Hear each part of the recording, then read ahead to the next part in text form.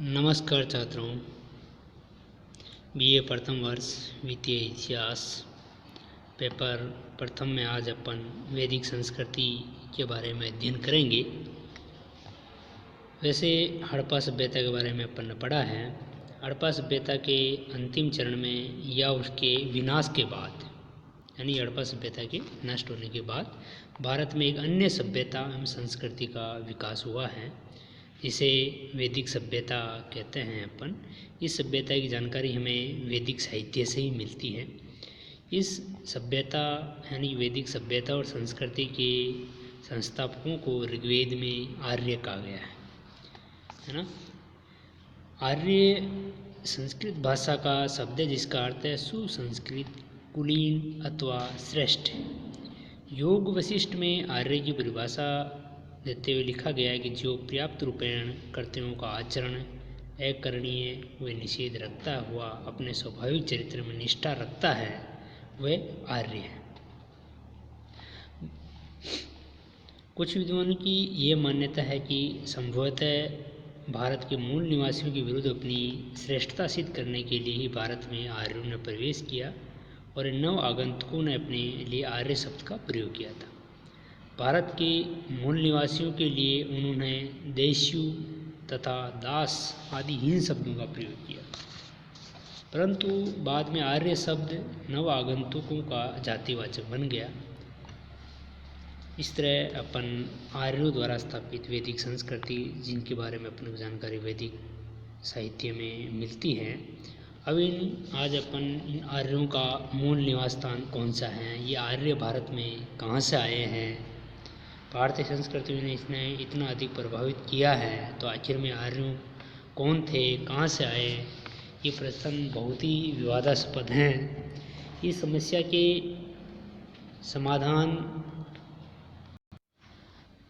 समाधान हेतु विद्वानों ने पिछले लगभग 1.5 शताब्दियों से पुरातत्व, प्रजातीय मानव शरीर विज्ञान, शब्दार्थ विकास विज्ञान आदि साक्ष्यों के अलग अलग एवं तुलनात्मक अध्ययन में अथक प्रयास किया है और अनेक सिद्धांतों का प्रतिपादन किया है कि आर्य कौन थे और कहाँ से आए हैं, इनका मूल निवास स्थान क्या है। इन सिद्धांतों को मुख्य रूप से 4 भागों में बांटा गया है। 4 मुख्य सिद्धांत हैं जिनसे पता चलता है कि आर्य का मूल निवास स्थान क्या रहा है, उनकी अलग अलग थ्योरी है। सबसे पहले अपन देखते हैं, पहला सिद्धांत है आर्यों का मूल स्थान यूरोप। पश्चिमी जो देशों के विद्वान हैं, उन लोगों की एक धारणा है, मान्यता है कि आर्य मूलतः यूरोप के किसी भाग के निवासी थे। उनका प्रमुख आधार यह है कि इंडो यूरोपीय भाषा परिवार के शब्द और मुहावरे यूरोपीय भाषाओं में एशियाई भाषाओं से अधिक मात्रा में विद्यमान है।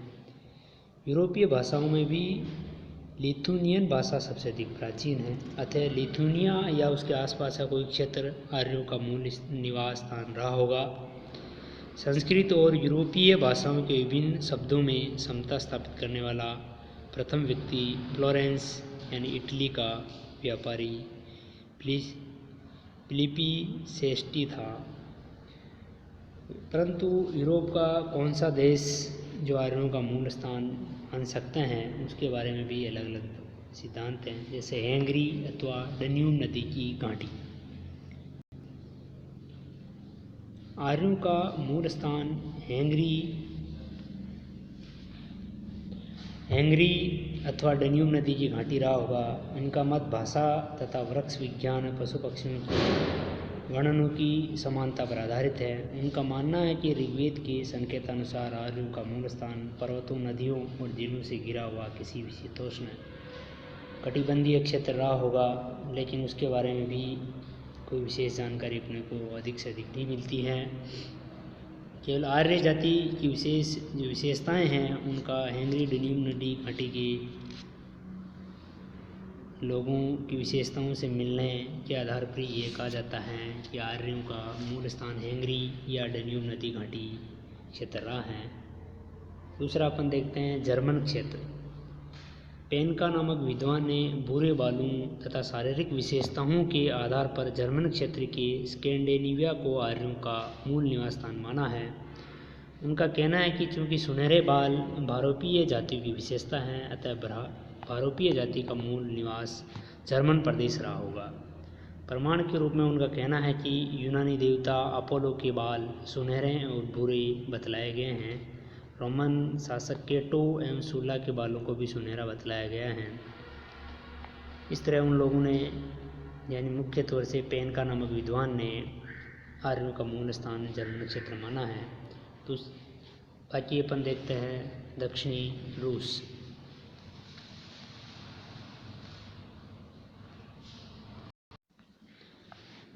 अब अपन देखते हैं दूसरा सिद्धांत, आर्यों का मूल स्थान मध्य एशिया।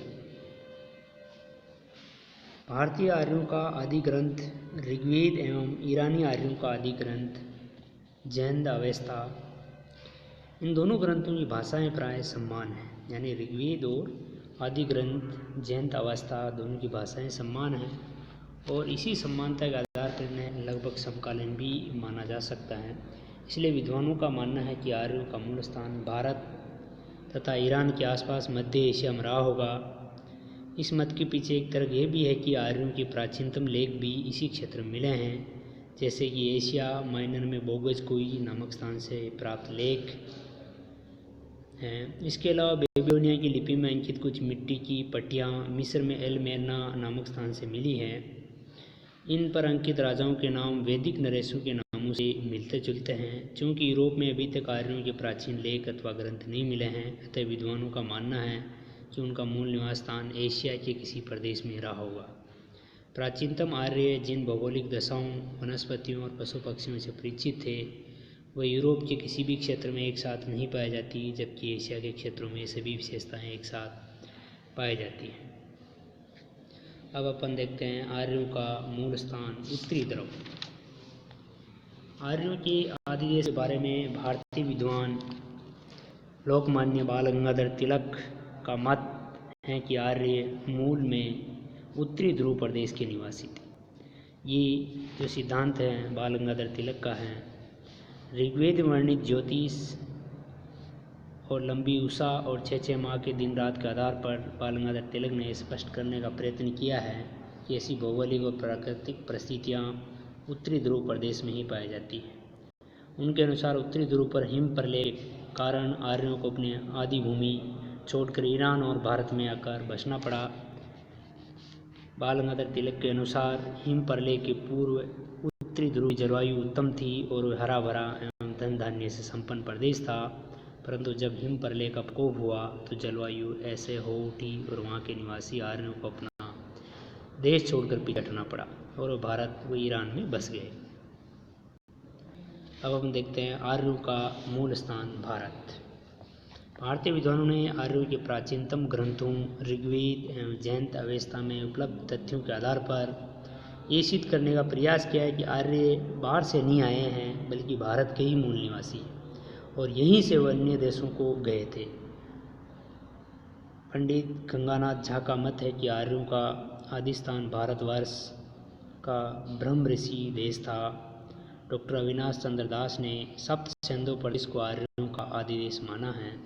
सप्त सिंधु प्रदेश से तात्पर्य इस देश में बहने वाली नदियां हैं, जिनमें 7 नदियां प्रमुख हैं: सिंधु, वितस्ता, अस्किनी, पुरुषनी, विपाशा, सुतुद्री और सरस्वती, जिनका उल्लेख ऋग्वेद में हुआ है। इन नदियों द्वारा संचित भूखंड में आधुनिक पंजाब, राजस्थान का उत्तरी भूभाग, पाकिस्तान का पश्चिमी उत्तर प्रदेश, अफगानिस्तान का पूर्वी भाग सम्मिलित है। इसी आधार पर आर्यों का मूल स्थान भारत को माना गया है। अब देखते हैं अपन भारत में आर्यों का आगमन व प्रसार। आर्यों के मूल स्थान की भांति भारत में उनके आगमन काल की भी बात भी अपन विवादाग्रस्ती है, परंतु इतना निश्चित है कि वे लोग यानी आर्य हड़प्पा सभ्यता की अंतिम अवस्था में भारत आए होंगे। विद्वानों ने हड़प्पा सभ्यता की अंतिम अवस्था का समय 2500 ईसा पूर्व के आसपास माना है। इससे हम यह तो कह सकते हैं कि इस समय के पहले आर्यों का भारत आगमन नहीं हुआ था। दूसरी बात, ऋग्वेद का काल जो है वो भारत में आर्यों के आगमन और यहाँ के स्थानीय लोगों को परास्त करने और जीते हुए क्षेत्रों को प्रसारित करने, विशेष तौर से सप्त सिंधु प्रदेशों के बारे में जानकारी अपने को मिलती है कि इसी क्षेत्र में पहले अपनी बस्तियाँ बसाई है। वैसे विद्वानों का मानना है कि आर्यों के भारत में आने और यहाँ के स्थानीय लोगों को परास्त करने, जीते हुए क्षेत्र में शांति व्यवस्था कायम करने और अपनी नियमित स्थितियाँ और बस्तियाँ बसाने आदि के काल में अपन को लगभग 1000 वर्ष का समय लग गया होगा। इस आधार पर ऋग्वेद की ऋचाओं का संकलन 1500 ईसा पूर्व के आसपास हुआ होगा। इस आधार पर हम आर्यों का भारत आगमन काल 2500 ईसा पूर्व से 1500 ईसा पूर्व के मध्य निर्धारित कर सकते हैं। धन्यवाद छात्रों।